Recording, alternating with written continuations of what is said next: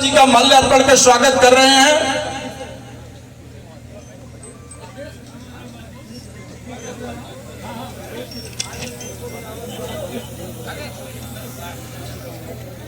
माता की, भारत माता की। सर्वे भवन्तु सुखिनः, सर्वे सन्तु निरामया, सर्वे भद्राणि पश्यन्तु मा कश्चित् दुर्भाग् भवेत्। यह ऐतिहासिक अवसर जो पहली बार भारत के कोने कोने में देश के प्रथम उप प्रधानमंत्री,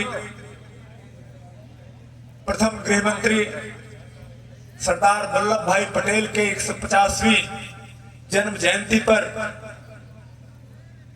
देश के यशस्वी प्रधानमंत्री के मार्गदर्शन में ये कार्यक्रम जो उनको श्रद्धांजलि देने के लिए और उनकी स्मृति में रन फॉर यूनिटी के बाद यूनिटी मार्च का आयोजन हुआ है। मैं बहुत ही प्रसन्नता का अनुभव कर रहा हूं कि जनपद संत कबीरनगर में सबसे पहले विधानसभा महलौल में इस यूनिटी मार्च का आयोजन किया गया। इसके लिए मैं अपने जनपद की यशस्वी जिला अध्यक्ष आदरणीय नीतू सिंह जी को बहुत बहुत धन्यवाद देता हूं। और हम सबके लिए बड़े गौरव की बात है कि इस कार्यक्रम में मुख्य अतिथि के रूप में अपने जीवन का एक लंबा वक्त समाज सेवा में देने वाले और भारतीय जनता पार्टी के लिए अपना सर्वस्व न्यौछावर करने वाले इस जनपद के पूर्व लोकसभा सदस्य, भारतीय जनता पार्टी के पूर्व क्षेत्रीय अध्यक्ष, हम सबका मार्गदर्शन जिनसे मिलता रहता है, हम सबको मिलता रहता है, ऐसे आदरणीय अष्टभुजा शुक्ल जी और मंच पर उपस्थित हमारे भारतीय जनता पार्टी के सभी वरिष्ठ पदाधिकारीगण, जिला उपाध्यक्षगण, महामंत्रीगण, मंच पर उपस्थित हमारे सभी ब्लॉक प्रमुखगण, सभी मंडल अध्यक्षगण और सबसे ऊपर जिनकी कृपा से आज उत्तर प्रदेश में ही नहीं भारत में भी भारतीय जनता पार्टी की सरकार चल रही है, ऐसे जनता जनार्दन, हमारी माताएं, बहनें, बहुएं, बेटियां, बुजुर्ग, पिता तुल्य बुजुर्ग, नौजवान साथी, आप सबका मैं हृदय से स्वागत करता हूं, अभिनंदन करता हूं, नमन करता हूं, वंदन करता हूं। ये कार्यक्रम जिस महापुरुष के संबंध में हुआ, देश की आजादी के बाद कांग्रेस की सरकार ने उनके साथ जो उनको हक मिलना चाहिए था, जो उनको सम्मान मिलना चाहिए था, वो कदापि देने का काम नहीं किया। ऐसे प्रतिभा संपन्न राष्ट्रभक्त स्वतंत्रता संग्राम में अपना तन मन धन न्यौछावर करने वाले लौह पुरुष के नाम से विख्यात भारत रत्न स्वर्गीय सरदार वल्लभ भाई पटेल, जिनके साथ देश की आजादी के बाद देश का नेतृत्व करने का अवसर मिलना चाहिए था, परंतु उनके साथ तत्कालीन कांग्रेस के लोगों ने उन्हें हक नहीं दिया, बल्कि उन्हें दोयम दर्जे का पद दे करके जिम्मेदारियां तो दी, परंतु दोयम दर्जे का पद दिया। इसके बावजूद आज जिस भारत को हम देख रहे हैं,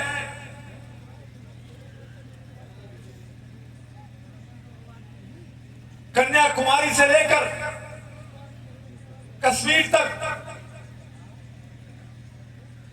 उत्तर से लेकर दक्षिण तक, पूरब से लेकर पश्चिम तक जो भारत हम देख रहे हैं, ये भारत की रचना करने का काम सरदार वल्लभ भाई पटेल ने किया। अन्यथा देश भले आजाद हो जाता, परंतु आजादी के बाद भी इस देश के अंदर कितनी रियासतें होती, कितने रजवाड़े होते, लोकतंत्र की जो स्थापना हुई, भारत का जो संविधान बना, बाबा साहब अम्बेडकर ने देश के हर नागरिक को जो मतदान करने का अधिकार दिया, स्वतंत्रता का जो सच्ची ताकत दी, वो ताकत, वो अधिकार, वो अवसर शायद इस देश के करोड़ों लोगों को नहीं मिल पाता,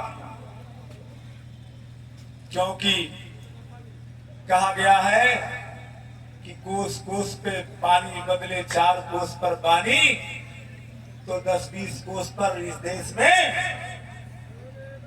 नए नए राजघराने होते और फिर यहाँ की जनता किसी न किसी राजघराने के अधीन होती। आपको हक नहीं होता कि आप अपनी सरकार अपने मतों के प्रयोग से दे पाए। जिस गरीबी, मुफलिसी, बेरोजगारी में ये भारत सदियों तक था, इस भारत को लूटा गया था।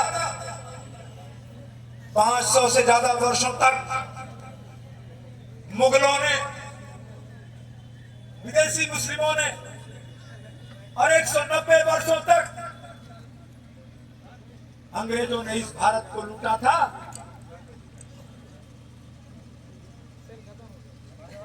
आवाज आ रही है? यह देश जो कभी सोने की चिड़िया कराता था,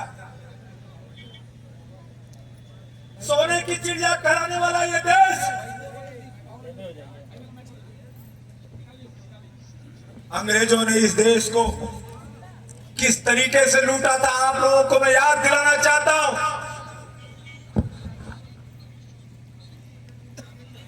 आज हमारे देश के प्रधानमंत्री जी कहते हैं कि भारत की अर्थव्यवस्था को $5 ट्रिलियन, $5 ट्रिलियन की अर्थव्यवस्था बनानी है,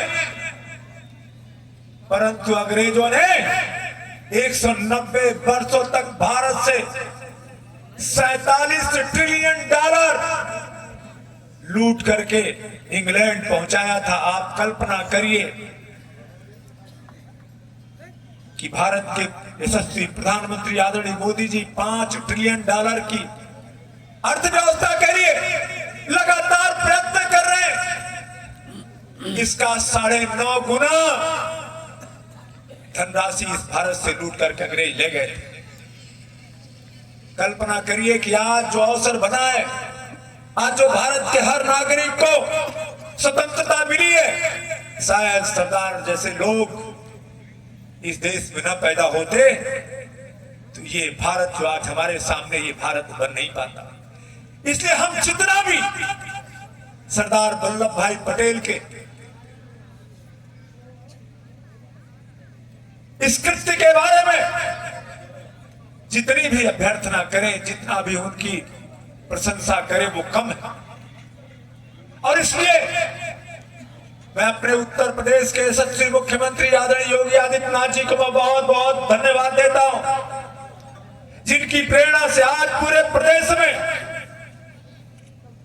हर विधानसभा के अंदर ये यूनिटी मार्च का आयोजन हुआ है। और मैं आप सबसे ये जरूर चाहूंगा, सरदार जी के बारे में आप सब उनके चरित्र, उनके कृतित्व, उनके व्यक्तित्व के बारे में गांव-गांव में, घर-घर में जरूर चर्चा करने की जरूरत है। हमारे देश के लाखों करोड़ों नौजवान, उन्हें भी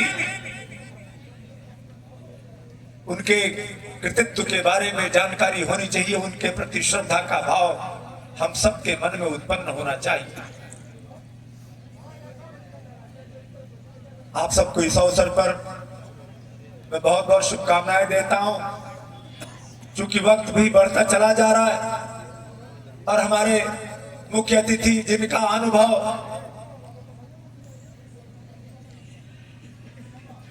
ये हिंद महासागर के समान जिनका अनुभव है, उनका भी उद्बोधन हमें सुनना है।